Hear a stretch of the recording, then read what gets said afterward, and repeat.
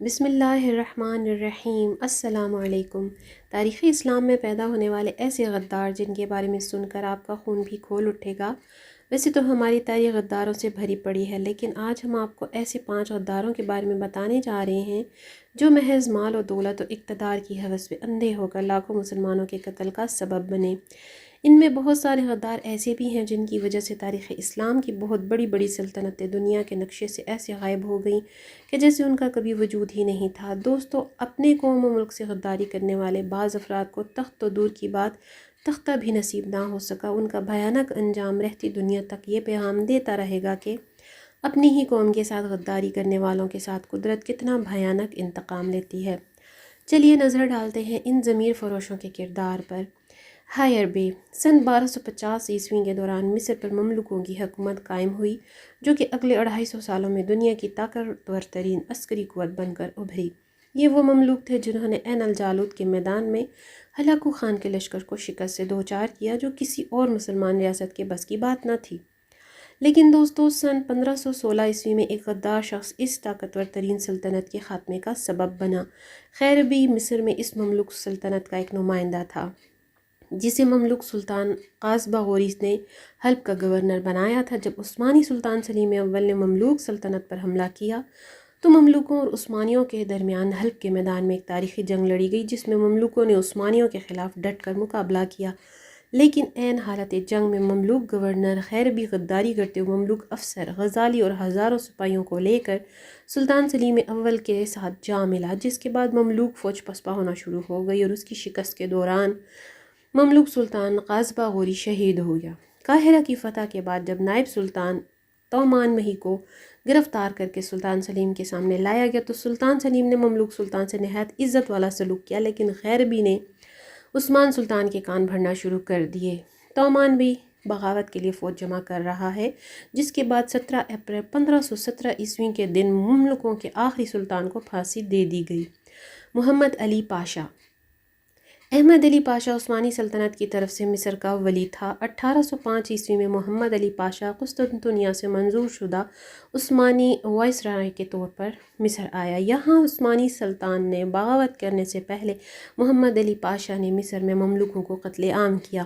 یکم مارچ 1811 عیسوی میں محمد علی پاشا نے عرب کے وہابیوں کے خلاف اعلان جہاد کی غرض سے مملوکوں کے تمام اعلیٰ قائدین کو اپنے محل میں مدعو کیا۔ عرب وہابیوں کے خلاف 600 سے 700 مملوک قاہرہ میں جمع ہوئے، لیکن محمد علی پاشا کے حکم پر اس کی فوج نے ان تمام مملوکوں کو المقدم نامی پہاڑی سے نیچے گولیوں سے بھون کر رکھ دیا۔ پھر محمد علی پاشا نے 31 اکتوبر 1827 عیسوی میں سلطان محمد ثانی کے خلاف بغاوت کرتے ہوئے اپنی فوجی شام میں داخل کر دیں اور مصری افواج فتوحات کرتے ہوئے آگاہ تک جا پہنچی۔ یہاں انہوں نے 6 ماہ کے محاصرے کے بعد آگاہ کو پر بھی قبضہ کر لیا۔ اس کے بعد مصری فوجیں اناطولیہ میں داخل ہو گئیں، جہاں محمد علی پاشا نے عثمانی فوج کو زبردست شکست دی۔ قریب تھا کہ محمد علی پاشا قسطنطنیہ پر حملہ کر کے سلطنت عثمانیہ کا خاتمہ ہی کر ڈالتا۔ اس موقع پر عثمانی سلطان نے روسی فوج کی مدد طلب کی، جس کے بعد اس فتنے کو صفحہ ہستی سے مٹا دیا گیا۔ ابن القمی بغداد میں خلافت عباسیہ کا ایک وزیر تھا۔ ابن القمی نہ صرف یہ کہ غدار تھا، بلکہ اسی غدار کی وجہ سے کئی لاکھ مسلمان شہید ہوئے تھے۔ جس زمانے میں ابن القمی وزیر تھا، اس وقت عباسی تخت پر عباسی خلیفۃ المعتصم بلا تخت نشین تھا۔ خوارزمی سلطنت کی تباہی کے بعد ابن القمی نے عباسی خلیفہ کو فوج کی تعداد کم کرنے کے لیے کہا اور کان بھرنا شروع کر دیے۔ اس نے کہا منگول کبھی بھی مسلمانوں کے خلیفہ کے خلاف جنگ نہیں لڑیں گے، اور ویسے ہی اتنی زیادہ فوج خزانے پر بوجھ ہے۔ اس کے بعد خلیفۃ المعتصم نے اپنی آدھی سے زیادہ فوج کو ختم کر دیا۔ ادھر دوسری طرف اس نے در پردہ ہلاکو خان سے خط و کتابت شروع کر دی اور ہلاکو خان کو یہ یقین دلایا کہ عباسی خلیفہ کے حکم سے فوج ختم کر دی گئی ہے۔ چنانچہ 1258 عیسوی میں ہلاکو خان آندھی اور طوفان کی مانند بغداد جا پہنچا۔ اس نے بغداد شہر کی اینٹ سے اینٹ بجا کر رکھ دی۔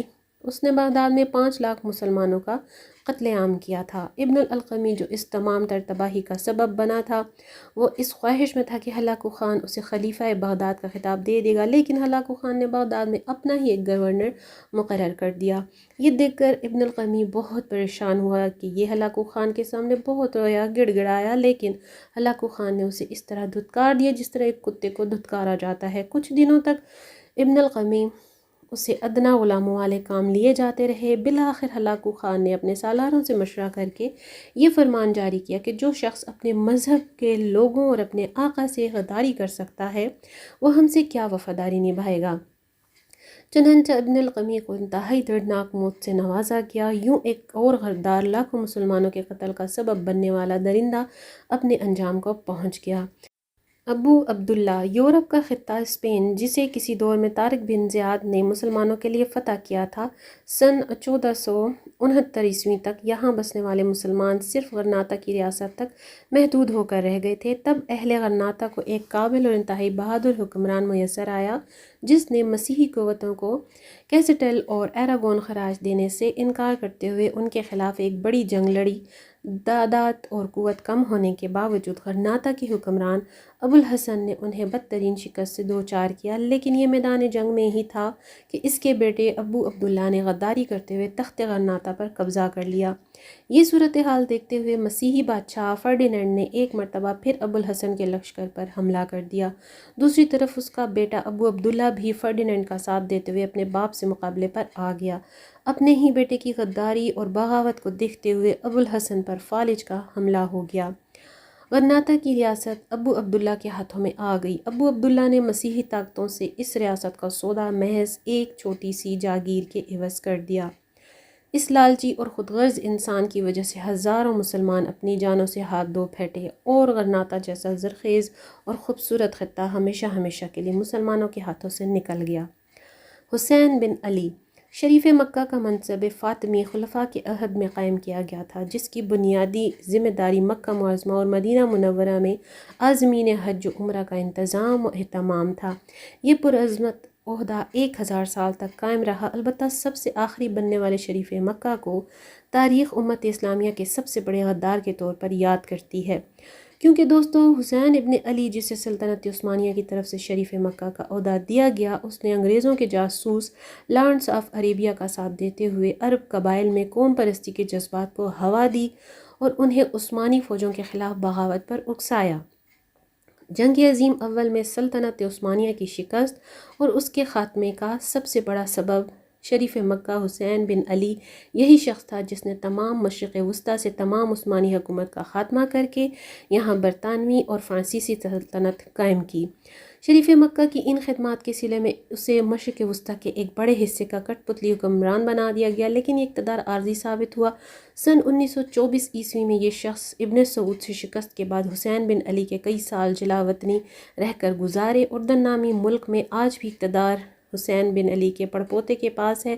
تو دوستو آپ کی نظر میں ان سب میں سے سب سے بڑا غدار کون سا ہے؟ کمنٹ کر کے اپنی رائے سے ضرور آگاہ کیجیے گا۔ جزاک اللہ خیر۔